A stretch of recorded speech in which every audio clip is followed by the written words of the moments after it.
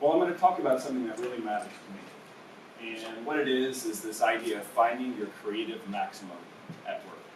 Now, there's a double meaning to that phrase, finding your creative maximum at work, so we're going to come back to it in a second. But before we do, let's try and solve a problem. Okay, let's say that all of us in this room decided we were going to start a company. And this company was going to sell products and services to people all over the world. And then we got this idea that we probably need thousands and thousands of salespeople, a huge sales force. But we're going to get these people to be sales representatives for us with no pay. We were going to ask them to work all hours of the day. They're going to put their heart and soul into this. In fact, they're going to love this job so much that they're going to self-teach and they're going to self-monitor. And they're going to do this all on their own accord. This is social media. This is a platform that has enabled millions and millions, if not billions of people to find, in some small way, their creative maximum. How many people know how to use an iPhone or some sort of device camera in a way to make a picture you didn't know before? Yeah, I'm a pre-digital, so I remember when there weren't answering machines. Okay, like way back then. Now think about this. We've developed entire skill sets about presenting things in a creative way. Now I'm not saying everything about social media is great, it's not, but let's just look at it for a second. If you wanted to enroll, maybe hire, employ thousands and thousands and millions and maybe a billion people to do something that they love in service of connecting with each other, if you step back from it, it's a pretty brilliant idea. What this is allowing people to do what they want to do. And what do we want to do? I can tell you, we're not doing it at work. Are we doing it at work? 72% of us say we hate work, we don't trust our bosses, we trust a perfect stranger more than we trust somebody who's in charge of us at work. Like, the work thing's not working too great. And the millennials in particular are really quick to turn their nose up and say, no, I'm not just doing that. I'm just going to just trade time for money. I want to do something that's meaningful. So what do we want to do that's meaningful? Well, let me ask you this question. If you look at most of our work today, especially in the knowledge economy, it's the same thing over and over, fairly repetitive, fairly meaningless. You might be sitting in a cubicle, wagging your fingers on a keyboard, or answering the phone, or doing whatever you're doing. And it's kind of soul-crushing. It's not kind of soul-crushing. It is soul-crushing. And it's not what we're designed for. We're designed to engage our creative maximum. And what I think is happening is it's already at work, it's just not at our jobs. It's happening inside of us. And if you go back to when you were a kid, think about how you played. Did anybody force you to play? Did anybody even teach you to play? But you were inventing and creating and connecting. You were doing things no one even showed you how to do because it's already in you. So finding our creative maximum at work it's at work. It is working in us. And we have to find a platform that lets us express this. Think about this. All of the jobs that are mundane, repetitive, over and over the same thing. Those jobs are not serving us as humans. And they're kind of not serving us even in an economic way. Because it's a lot of planned obsolescence, buy something that's just going to get thrown away, right? It's all that process. It's kind of ruining the environment. We can go through all the bad things about that. Think about this, though. What if it were the case that in the next 10 to 15 to 20 years, we're not going to have any jobs anymore? What if our whole notion of a job is just going to vanish in front of our eyes? Oh, you think that it won't happen, or that it hasn't happened? Go up to Michigan. Go up to the Rust Belt, where you used to see thousands of people building cars. Now what's building cars? Right, robots are building cars. If you think about what's going to happen as we see automation and AI come into our economy, it might be the end of jobs. Well then, what would I do? Because when we meet each other, that's what we say. Hi, I'm Eric, nice to meet you. What do you do? We don't say, what lights you up? We don't say, who are you when you're at your creative maximum, but we should. And we might get a kind of rude tidal wave of having to figure this out pretty soon. So I'm going to go back and tell you a little story for a second. And this is probably going to be like a Michael Pena thought trail, so sorry about that. Back in 1998, 99 somewhere, this movie came out that I saw 9 times in the theater in the first week. And probably another 50 since then when it came out on DVD. It was the first DVD I ever had. It was the movie The Matrix. And that's not too dissimilar from what we're talking about today. So we have Mr. Anderson, who is in this lame, boring job that he hates. And there's this guy, Morpheus. Morpheus somehow got out of the system and was like, hey, I want to show you how to get free. Morpheus helps him get free, and what's the first thing he does? He throws up all over himself.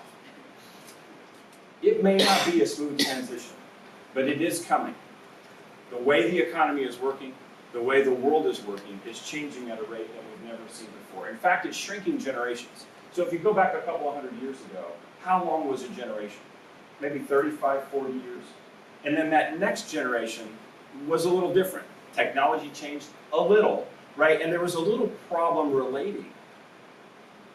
What happens when the speed of technology and change goes up? The generations shrink.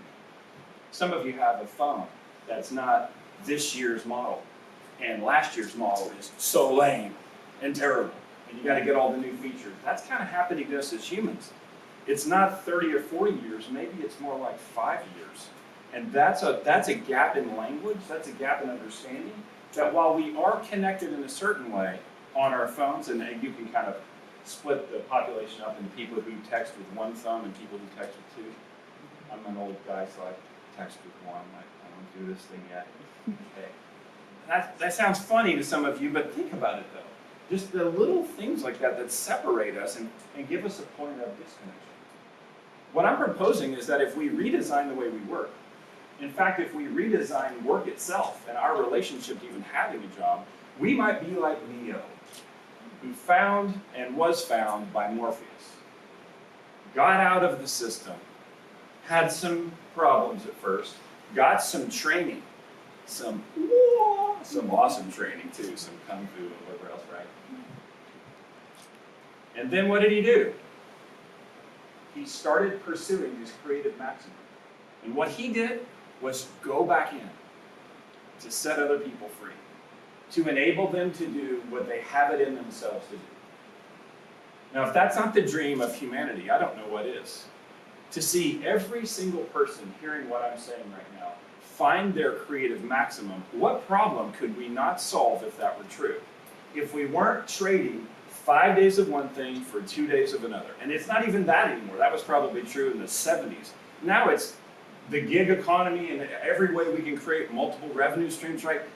We're slaving. We're wage slaves. We are willing wage slaves.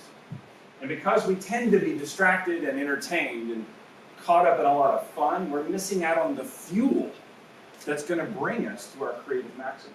So back to the Matrix story, we think, well, if we give everybody what they need, they'll just get lazy and hang out and not do anything, but that's not the case.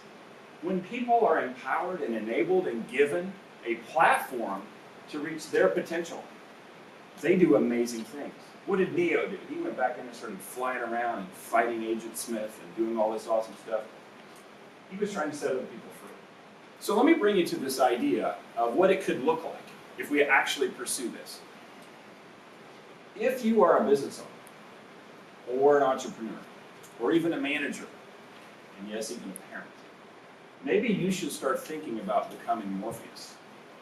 Maybe your entire mission in life should not be to sell the product and service. It should be to empower and set free and train your people towards their creative maximum. Now that's what happened inadvertently or planned, I don't know. But that's what's happened with social media. We've empowered billions of people to start to stretch out towards their creative maximum. And what have they done? Some things that are not great, but a lot of things that are amazing. Amazing that I can go on my Instagram feed and I can learn how to work out better. I can learn how to play trumpet. I can learn how to negotiate a contract. I can learn how to deal with certain nutritional challenges. I'm a big Spartan racer. In fact, tomorrow I'll be at Lake Tahoe at the World Championships for the Spartan race. And I learned so much from those world-class athletes that I can just be right beside at those races and connect to them through social media. I can learn so much I never could have learned on my own, right? But it's self-directed. It's something that's being enabled. Now this came to me over some time. This wasn't just clear at first. At first I was pretty resistant to all of this kind of stuff. And I thought, yeah, want. It's just a bunch of distraction, and there is plenty of that. This is about who got drunk at the party last night. Like, that's social media. Well, with every technology, there is a phase where we kind of mature into it. I want to encourage all of us, not only to mature into it, but to take this into the other areas of our life, where we can make a connection that's really profound. So here's how I first learned about this connection.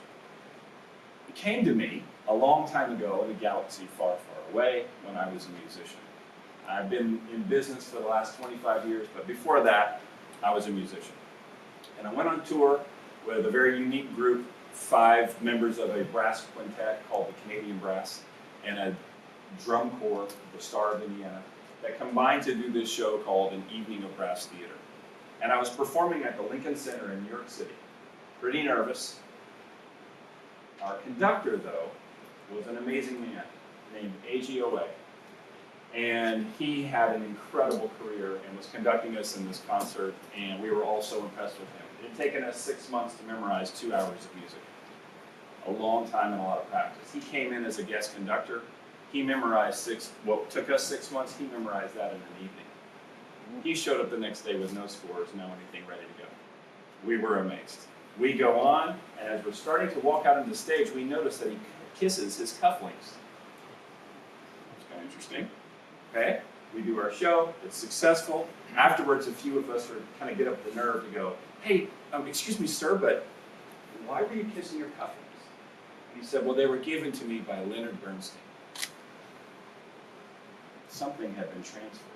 Connection was made. Leonard Bernstein, this is his protege, wanting to help him reach his great master. But they were given to Leonard Bernstein by Arturo Toscanini. Same set of cufflinks. They were given to Toscanini by Leopold Stokowski. So that man was walking on the stage, not just with his own ideas, but with a heritage of that energy towards creative maximum. That's what he was bringing. Now we have an ability to connect with each other in a way that we've never had before. And what I want to ask you to do is to think about at your job, at your business, in your family. How can you be that Morpheus guy? How can you be the guy that sets somebody free, that trains somebody, that helps them focus, that builds in their life what I call anchor activities? Things that ground them and connect them towards mastery, not misery. The misery of the 9 to 5 is painful. I want to invite everybody to think about this in a very different way. I want you to think about it as though we're about to experience an entirely different economy, because we are.